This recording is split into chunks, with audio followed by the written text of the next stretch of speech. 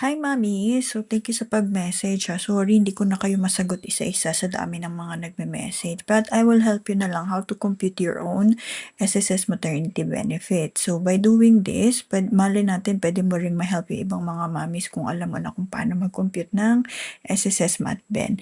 So, I'll be using SSSmaternity.benefitscalculator.com. Punta ka lang dito, Mami. Tapos, may mga steps naman tayo dito na pwede mong sundan. Madali lang naman siyang i-follow. So, sa step number 1, ilalagay mo lang dito kung ano yung maternity case mo. Yung member type mo and maternity case. So, meron tayong mga member types dito. I-select mo lang kung ano yung member type mo. So, let's say for example, kung voluntary ka, select mo to. Kung halimbawa naman self-employed, select mo to. Or other category like household helper, employee, non-working spouse, or mga special categories like overseas OFW. So, ito, Mami, is more on land-based po, ha. Yung mga sea-based is ano po siya, underemployed category. So, for maternity case, select nyo rin mga mamis kung ano yung applicable sa inyo. So, let's say for example, kung normal delivery or CS delivery kayo, i-click nyo lang to. Or for solo parent, click mo lang to.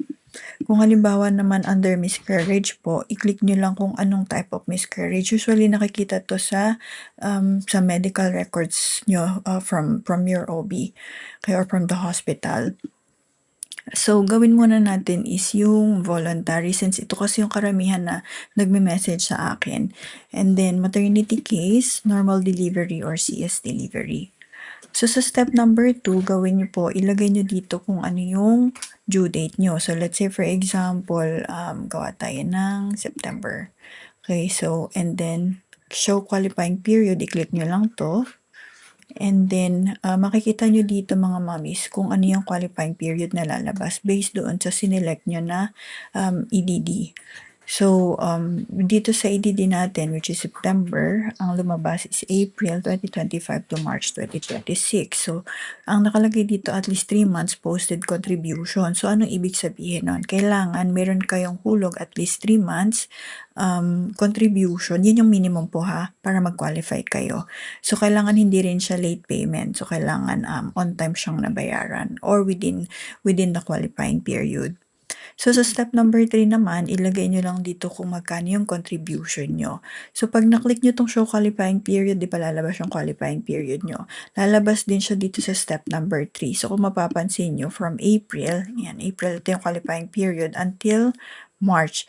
So, kung hindi nyo kabisado yung contribution nyo, pwede kayong pumunta sa SSS account nyo and then from contribution, i-check nyo lang dun yung mga contribution mo from your qualifying period. So, let's say for example, April 2025, and then lagay niyo yung contribution nyo. Example, ito yung contribution nyo, ha. Hindi, kunwari, hindi pare-pareho yung contribution nyo or hindi lahat merong hulog. So, let's say, ayan lang yung mga may hulog mo. So, kung halimbawa lahat may hulog and then i-kumpleto nyo. So, yan. Calculate maternity benefit. So, lalabas dito yung estimate na pwede nyong makuha based dun sa contribution na nilagay nyo dito. By the way, si SSS po, ang kinakalculate niya is yung top 6 highest contribution nyo. So, yun yung kinakalculate ni SSS. So, sa step number 4, chine-check lang dito kung may mga missing months ka or kung may mga months pa na pwede ka pang mahulugan or let's say current month or mga within deadline pa. Okay, so let's say for example, mga anak ka ng January, February, or March 2027. So, meron ka pang, since ngayon is June, current month, meron ka pang June, July, August, September na pwede mong mabayaran. So, ang lalabas dito, pwede mo pa siyang mabayaran or within deadline pa. So, kulay green yung lalabas dito. So, yun, pwede mo pa siyang mahabol, pwede mo pa siyang mabayaran. So, basta i-follow nyo lang yung mga steps na lalabas dito and then basahin nyo lang din. Madali lang naman i-compute or i-check yung system. And then sa step number 5, okay, so click nyo lang 'to, for Mat 1. Kung hindi ka pa nakapag-file ng Mat 1, meron ditong mga questions. So 'yan, select nyo lang kung ano yung mga sagot na applicable sa inyo. So this is case to case basis, kung ano yung sa inyo, yun yung isasagot nyo dito. So let's say for example, nakapag-file ka na. Kung halimbawa naman hindi ka pa nakapag-file, piliin mo 'to. Kung halimbawa, employed ka before, nag-resign ka, and your former employer, filed maternity Mat 1, so i-click mo lang 'to. So may mga lalabas dito na mga follow-up question, i-select mo lang kung ano yung, sagot mo. So let's say, dito sa my former employer or HR filed it before, then click mo lang kung ano yung steps na nagawa na ng HR mo. So ninyo. So let's say for example, yes, within 6 months before EDD, or kung halimbawa naman no, then meron din ditong steps kung ano yung to do na gagawin mo or explanation. So, let's say, kung halimbawa naman, no, I have not filed Mat 1, then meron tayong next action na pwede mong gawin or kailangan mong gawin. Let's go back to yes, I already filed. And then dito naman, kailangan mong i-fill up din kung ano yung questions or yung sagot dito sa nakalagay. So yes, I already have confirmation or proof. So kung halimbawa naman wala ka pang na-receive, then click mo lang 'to. So meron ditong mga explanation or to do na lalabas based dun sa sinelect mo na answer. So sa step number 6 naman, this is disbursement account. Usually, kung halimbawa wala ka pang na-enrolled na bank account or mode of payment kung saan isi-send ni SSS yung benefits mo, kailangan mo mag-enroll.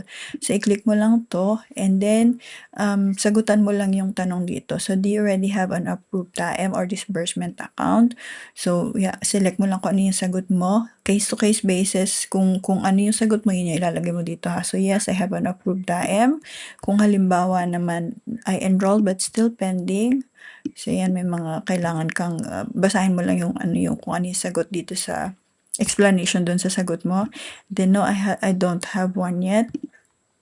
Kung halimbawa, yes, I have an approved na, may another follow-up question tayo dito, which is, kailangan mong ma-check kung match ba yung SSS account mo dun sa in-apply mo na disbursement account. So yes, the name matches. Or kung halimbawa naman, no, there may be any mismatch. So you have to fix it para ma-approve ka sa DAEM. Yan. And then sa step number 7 naman, which is yung Mat 2, ito naman is pina-file siya after mong manganak. So hindi siya pina-file ng magkasunod. Let's say hindi ka pa nanganganak, magfa-file ka na ng Mat 2. So hindi po. Ang Mat 2 pina-file siya kapag nakapanganak ka na. So this is checklist kung ano yung mga kakailanganin mong i-ready after mong manganak. So ito, kailangan mo siyang i-save or at least basahin mo para at least aware ka kung ano yung mga kailangan mo.